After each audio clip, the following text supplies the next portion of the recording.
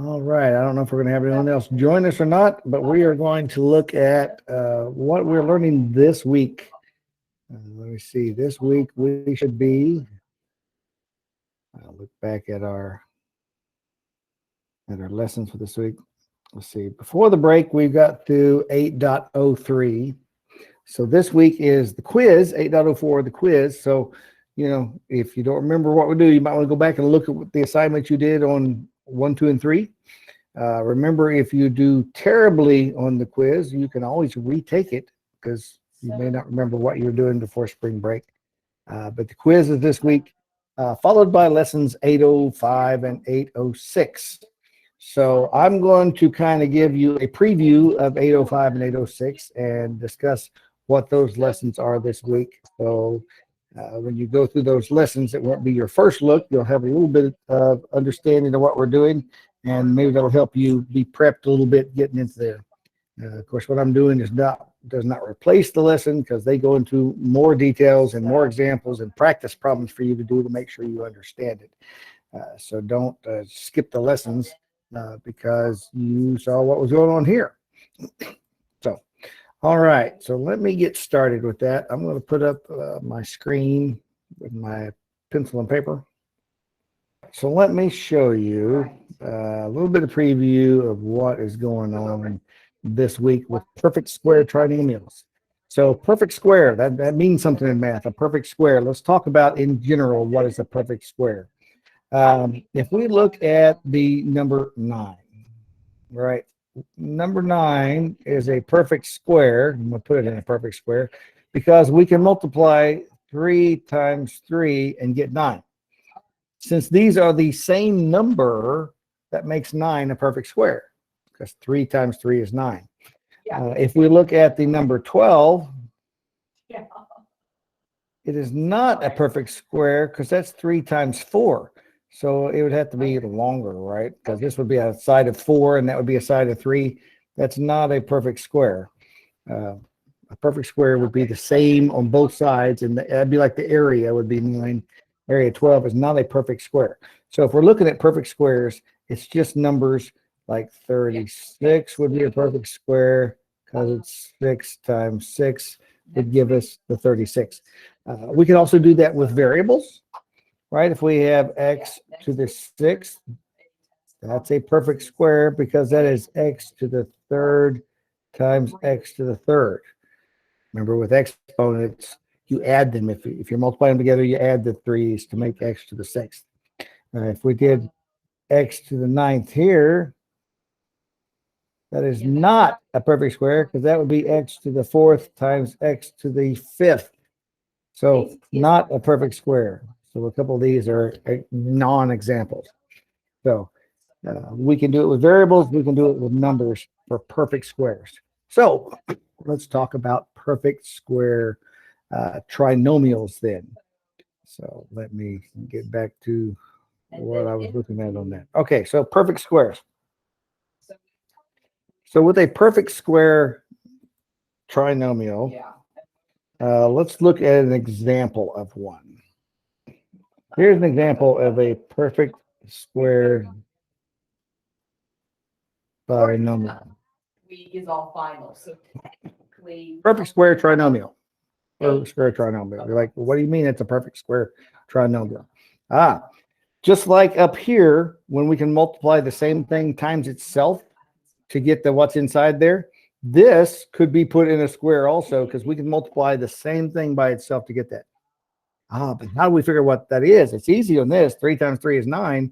But what times itself is x squared plus 8x plus 16? Well, there's a pattern to perfect square trinomials. If we take the first term, I'm going to put them in boxes to let us know these have to be perfect squares, right? And they are perfect squares, right? X times x and 4 times 4. So there'd be a pattern, x plus 4 squared. But how do we know that works? Because that is an 8x in the middle. Here's the pattern for perfect square trinomials. It will work if this is true. If the binomial is a plus b squared, it's a b, like this is a plus b squared, then the trinomial will be a squared, which is x squared, I mean, plus 2 times a times b plus b squared. 2 times a times b. So what is a times b? A is x, b is 4.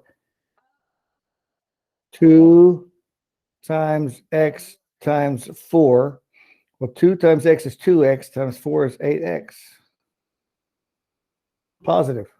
That is a positive 8x. This fits the pattern of the 2ab. So this is what I would have in my note, showing that if it's a perfect square trinomial, I can break it apart into a plus b times a plus b, or a plus b squared. It's a perfect square. This trinomial is a perfect square of this binomial squared.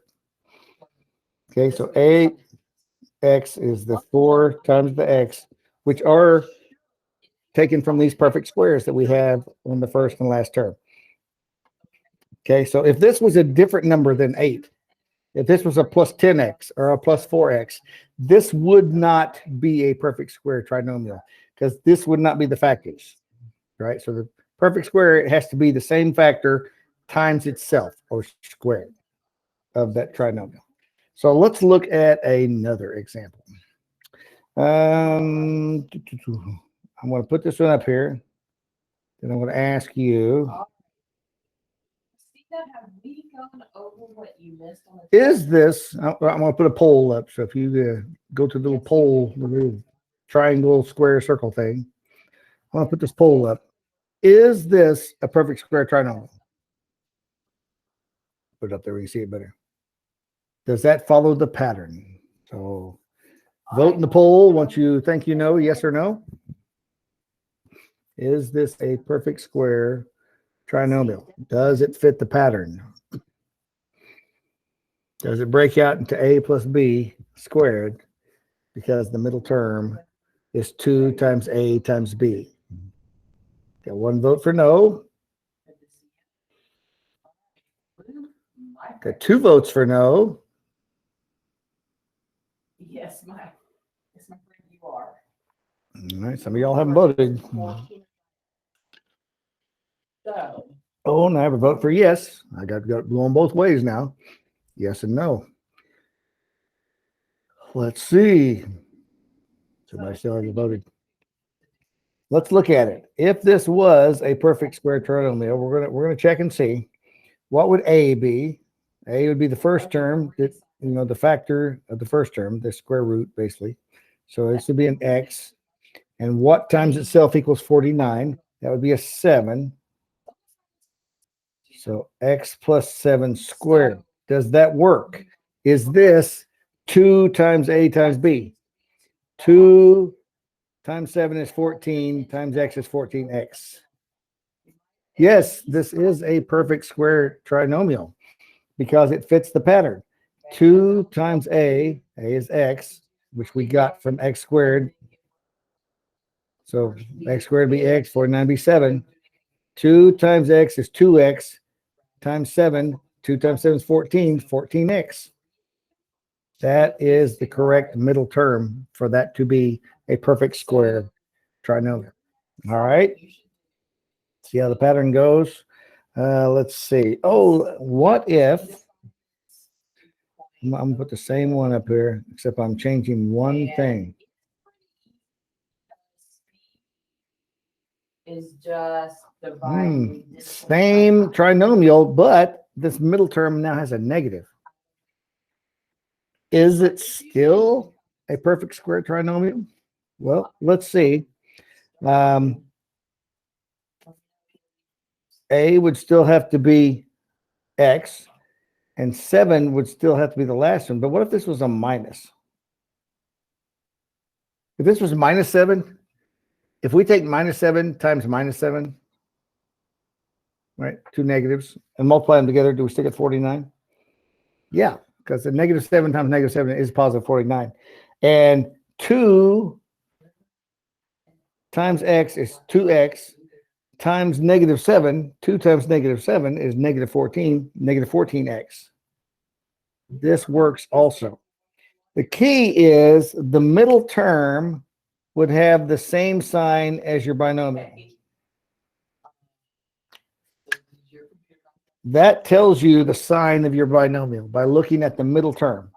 If you know it's a perfect square trinomial, then all you have to do is check the signs to make sure you have the right sign there.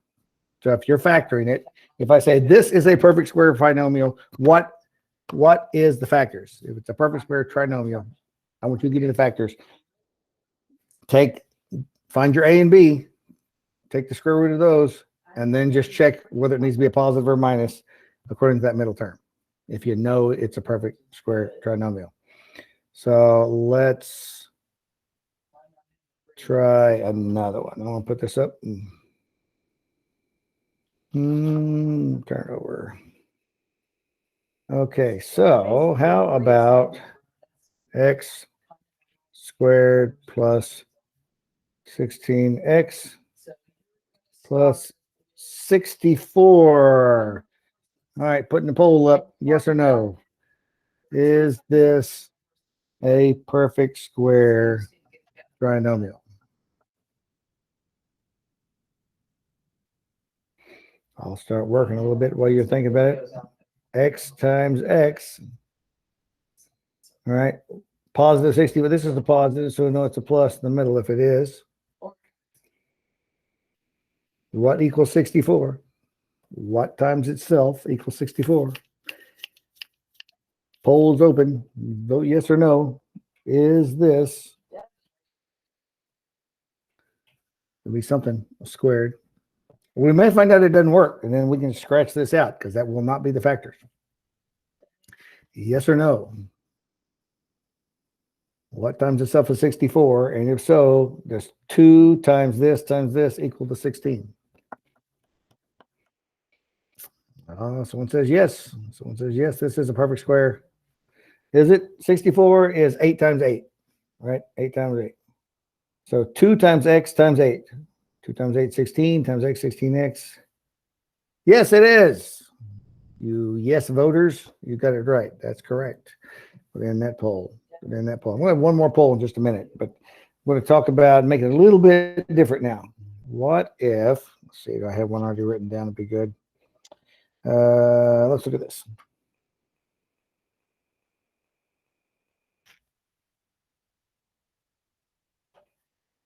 Devin, if you can hear me. Look at there. There we go. 4x squared minus 28x plus 49. I should have put this in the poll. I didn't. Let's look at this. Is this a perfect square trinomial? First off, the first term and the last term have to be perfect squares. There has to be something you can multiply by itself to get those terms. 4x squared. Is there something we can multiply by itself to get 4x squared? Well, with the 4, we can get a 2, right? 2 times 2 is 4. And x squared, x times x is x squared. So this would be 2x, because 2x times 2x is 4x squared. So this is a perfect square. 49, we know 49 is a perfect square. That's 7 times 7. So is this the factors of this? Well, let's see. 2ab. And does 2ab for this equal negative 28? I'll just put it over here as an equation and see. If 2ab equaled negative 28x, then when we put in a and b here, 2 times 2x times the positive 7 would have to equal negative 28x. 2 times 2x is 4x times 7 equals negative 28x. 28x equal negative 28x. Oh, that didn't work. What's wrong? Yes, look at there. You got to pay attention. See, I didn't do that. Those have to be the same sign, which means if I change this to minus 7, negative 7 times negative 7 is also 49. It's the other factor of 49. So if this is a negative 7, then it's negative 28x equals negative 28x. This works. Got to remember to check that sign. But this is a perfect square trinomial because that is the factors of it. 2x minus 7 times 2x minus 7. Can we check that? Absolutely. Let's check and see if that works. If we have 2x minus 7 and we're multiplying it by itself, what does that equal? Well, remember, we distribute. We have to multiply the 2x times both things in the parentheses and the negative 7 times both things in parentheses. So 2x times 2x is 4x squared. 2x times negative 7 is minus 14x. Negative 7 times 2x is also minus 14x. Negative 7 times negative 7 is a positive 49. We have some like terms that we can simplify. 4x squared minus 14x minus another 14x is minus 28x plus 49. That's what we started with. So that is the correct factors, 2x minus 7. Now, do you see where this 2 comes from and the 2 times AB? You end up with 2 of those when you multiply these back together. That's where that 2 comes from. 2 times A times B. This is A times B, A multiplied by that B, and then this B multiplied by that A, and we do it twice. So 2AB gives us that middle term, that 4x squared minus 28x plus 49. All right, so maybe you'll see this problem a little differently when you get into Buzz. Maybe they will, here, let me do this. If I give you 4x squared minus 20x plus what? What fills in the blank? Oh, that's kind of a twist. What fills in the blank? So to do that, you would need to figure out the factors. That's a minus. There's going to be something minus. All right, I'm going to put a poll on that and give you a minute to work on that. See if you can figure out which number has to be there to make this a perfect square trinomial. And I gave you 4 choices. I give you 4 choices. If you just want to test those 4 choices on the poll, you can do it that way. If you just want to try to work it this way to figure out what is 2AB, I'll give you a hint. 2AB, which is that middle term, has to equal negative 20x.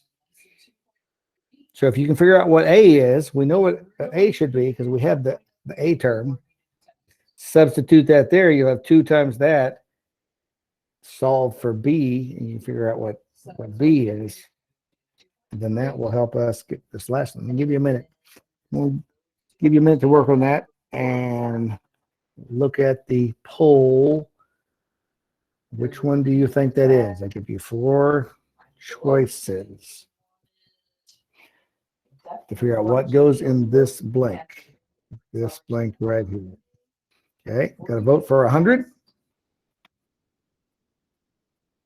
Got 1 vote in. If I can get some more votes. Then we'll figure it out here after we get some votes in. It means to see what you think. So your grade's going to go up a lot. Yeah, what do you think there? If 2AB has to equal negative 20x, we know what A is. I'll give you 1 hint there. So 4x squared. So A must be 2x, right? It has to be 2x times 2x to get 4x squared. So if that's 2x, it may help you figure out what B has to be, which will help us get to that last one. Wait on some more votes.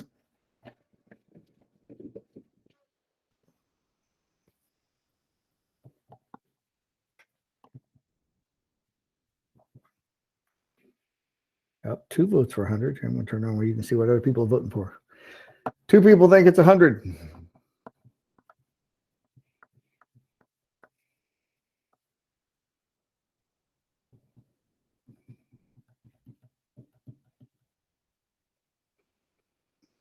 Three people think it's, well, let's start working this then.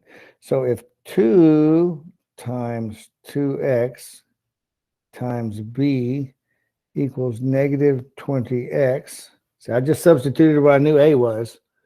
I know 2AB has to equal this. So since A is 2x, so 2 times 2x is 4x, B equals negative 20x. Let me divide both sides by 4x so I can get B by itself. So B equals, what does B equal? Negative 20x divided by 4x. Well, the x's cancel each other out. X divided by x is 1. So negative 20 divided by 4 is negative 5. So this must be minus 5. So minus 5 squared is 25. 25 is the right answer. 25, 4x squared minus 20x plus 25 is a perfect square trinomial. And here's the factors. It's 2x minus 5 times 2x minus 5. When we check that, 2x minus 5 times 2x minus 5, we'll distribute again. 2x times 2x is 4x squared. 2x times negative 5 is minus 10x. And under here, negative 5 times 2x is minus 10x. Negative 5 times negative 5, 25. So that's 4x squared. These are like terms. We add them together. Plus 25. 25.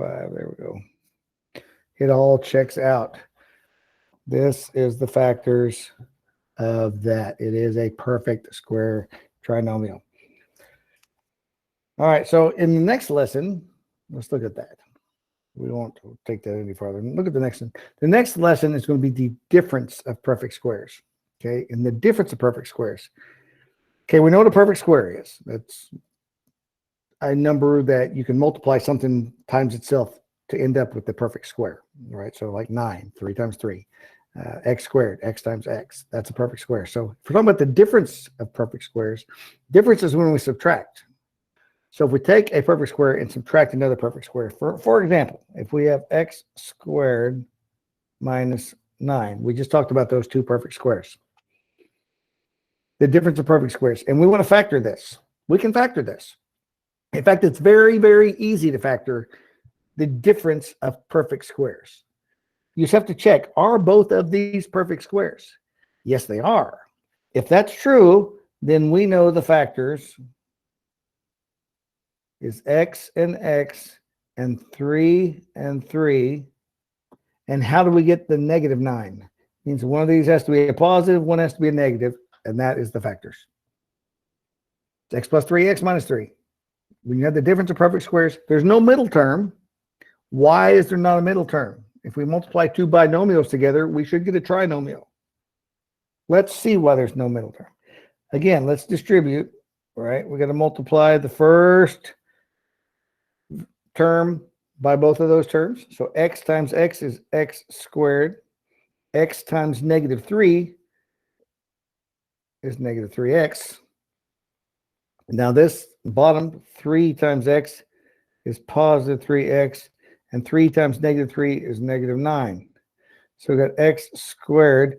Oh, look, we have minus 3x plus 3x. Well, that's 0. Right? We have a plus and minus of the exact same number. That's 0. All we have left is the negative 9. Those cancel each other out. That's always going to happen when you have the same binomial, just one's a positive, one's a negative, for that middle sign. So if you're adding one and subtracting the other, it's going to cancel out that middle term because you have the same terms, the x and the 3, that are multiplying times each other to get the negative 3x and the positive 3x. So those cancel out. So there's a rule to put here in our notes. Let's see, where did I put that rule? Make sure I get that written down correctly. There we go. If we have, let's see, a squared minus b squared. Right? That is two perfect squares, a squared and b squared. In this case, the a is x and the b is 3, because 3 squared is 9. These are both perfect squares. Then it's a plus b times a minus b. That is your two factors. So I would put that in my notes. If I have the difference of perfect squares, the factors work like that. A plus b, a minus b. Oh, fabulous. Well, let's practice a little bit with that. If I have, let's see, 9x to the fourth, I'm gonna take it up a notch right away. Minus 25. 9x to the fourth minus 25. First thing we have to check, are both of those perfect squares? Is there something we can multiply times itself to get this and to get this? And there's a minus in the middle. There's a difference. It's the difference. So we don't have to worry about it being negative 25 because there's nothing that you can multiply by itself to get negative 25, right? Because a negative times a negative would also be a positive. But we can look at that and see this is a difference. So are both of these perfect squares? Well, what equals 9x to the fourth if we multiply it by itself? Well, 3 times 3 is 9, and x squared times x squared is 4. And 25 is 5, right? So we should have 3x plus 5, 3x squared plus 5, and 3x squared minus 5 would be the two factors, because 25 is a perfect square, 9x to the fourth is a perfect square. There's our factors. We just use this rule. A plus B, A minus B. And this is our difference of perfect squares. Those are the factors. Okay, so we can go the other way. If I gave you two things that look exactly the same, just one's a plus, one's a minus, multiply the first term, multiply the second term, and there's no middle term. All right, nothing in the middle. We could use this to do mathematics on numbers without having to use a calculator, something big. Let's see, 34 squared minus 26 squared. What if I say, okay, I need you to tell me what this is, and you're not allowed to use a calculator. And you're like, holy smokes, I can't use a calculator because 34 times 34, just squaring that to start with, 4 times 4 is 16, carry the 1.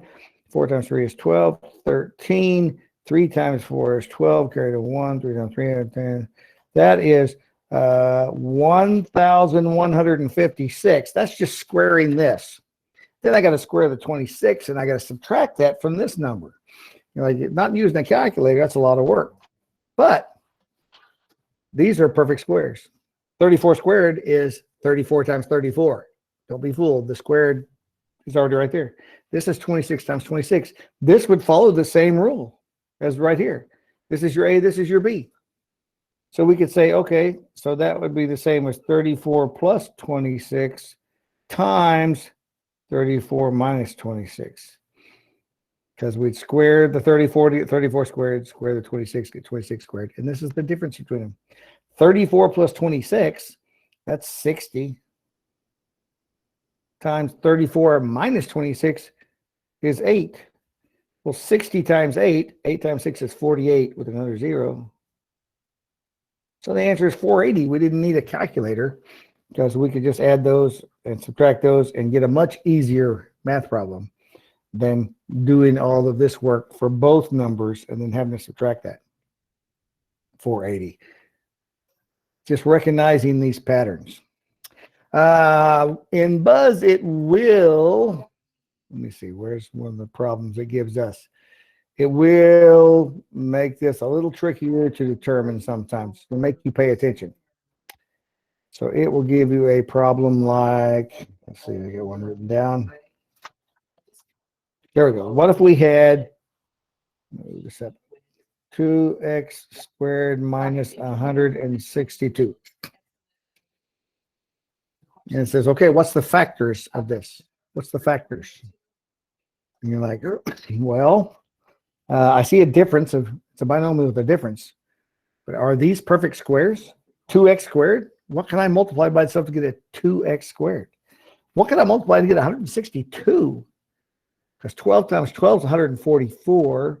13 times 13 is 169. That's somewhere in between there. That would be a decimal, 12 point something. So that's not going to work. It's not a perfect square. 162 is, and 2x squared is not a perfect square either because 2 times 1.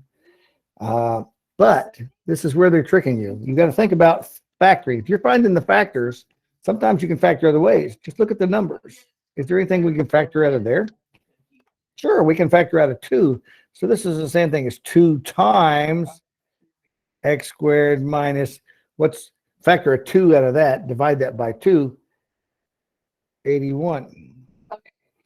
So this is the same thing as that. This is factoring it to a 2 times x squared minus 81, because if we multiply the 2 back in and distribute that, we end up where we started. Now let's look at this. Is this a difference of perfect squares? X squared is a perfect square. 81 is a perfect square. So that fits our pattern now. So it's 2 times x plus 9, x minus 9. These are the factors of this binomial. Gets a little tricky. So if you're looking at something and it does not work, it's not a perfect square, see if you can factor something out of all of the terms and put it out front like that. Because then it looks a lot different and you're like, oh yeah, now it works. Gotcha. Okay, we can do that. Let's look at another one. I'll turn this over. What if I did 16x squared minus 100? Now, right off the bat, we're like, okay, well, that's 4x and that is 10, right? Because 4x times 4x and 10. We could do that. Or we could factor out something ahead of time, but let's go ahead and do it like we got. So we said, well, that is 4x plus 10 and 4x minus 10, right? Because those work. But this isn't, when you factor something, you need to factor it down to its simplest thing. 4x plus 10, that's the same as 2 times 2x plus 5. And we have 4x minus 10 times 2 times 2x minus 5. So that all factors down to 2 times 2, which is 4, times 2x plus 5 and 2x minus 5. So Buzz would be looking for the most factored answer. This is not factored as far as it can be factored out, because you still have, when you look at a 4 and a 10, a 4 and a 10, there's some 2's in there that can come out of there. So factor a 2 out of that term and factor a 2 out of that term. So 2 times 2, 4 times 2x plus 5, 2x minus 5. We don't factor that to a 2 times 2 because it's not multiplying times anything else. It's just outside by itself, and it multiplies by those. When we put it back together, it does. So this would be the simplest factored form of the 16x squared minus 100. So this doesn't replace the lesson. Like I say, it's going to walk you through a lot of examples and get into some more complicated things like that. And some of it's going to ask you, is this a perfect square trinomial? Is this a difference of squares? And sometimes the answer is no. Sometimes it doesn't work. Let me look at another one real quick before we go. How about this? X to the third. Let's go back to the trinomials just to make sure you haven't forgot this. Okay. Does that work? Right? Remember, the middle term would have to be 2ab. So it'd be a squared plus 2ab plus b squared. Is that a perfect square trinomial? Well, the first and last term would have to be perfect squares, and then that middle term would have to equal 2 times AB, right? So we look at that and we say, okay, 16, that's 4. This is a positive, so this is going to be a plus 4. Wait a minute. So 3.02. That's not a perfect square. There's nothing we can multiply and get x to the third, because that's x squared times x. Not a perfect square. We can't use this. This won't do that. This is not a perfect square trinomial because x to the third is not. If this had been x to the fourth, yeah, then we can do x squared. X to the squared plus 4 works. If this is x to the fourth, because it's x squared times x squared. X to the third doesn't work. So sometimes I will throw those at you in this lesson. Don't just assume everything is a perfect square, because sometimes it's not. They're making sure you can recognize when it is and when it is not, because that's when you use these rules. That's when you use the 2ab and use the a plus b. Let's see, where's our notes? Right, the a plus b equals a squared plus 2ab plus b squared. That's the one you want, and then you want the A squared minus B squared equals A plus B, A minus B. So know when those apply and when those don't. That's what you want to look at on there. So I will leave that up there for you to look at. All right, that is a preview of this week's lessons. Like I said, go through there. There's practice problems. Those are really good to do in there. When it has you check your work or when you got to submit an answer, they click yes or no on that. It's a great way to tell, are you understanding? Am I getting it right? When I actually see a problem, like I would see on the test or something like that, can I choose the right answer when it doesn't count? Because then it'll tell you right away, right? It'll say, oh, good job, or this is incorrect. And then you can go back and try to understand better. So go through, do those practice problems, read what it says in there, because it's going to explain some things. And like I say, it's going to throw some other twists in there that I didn't throw. I didn't show you every type of perfect square trinomial problem. I just did a basic overview for you. So if you got any questions, let me know.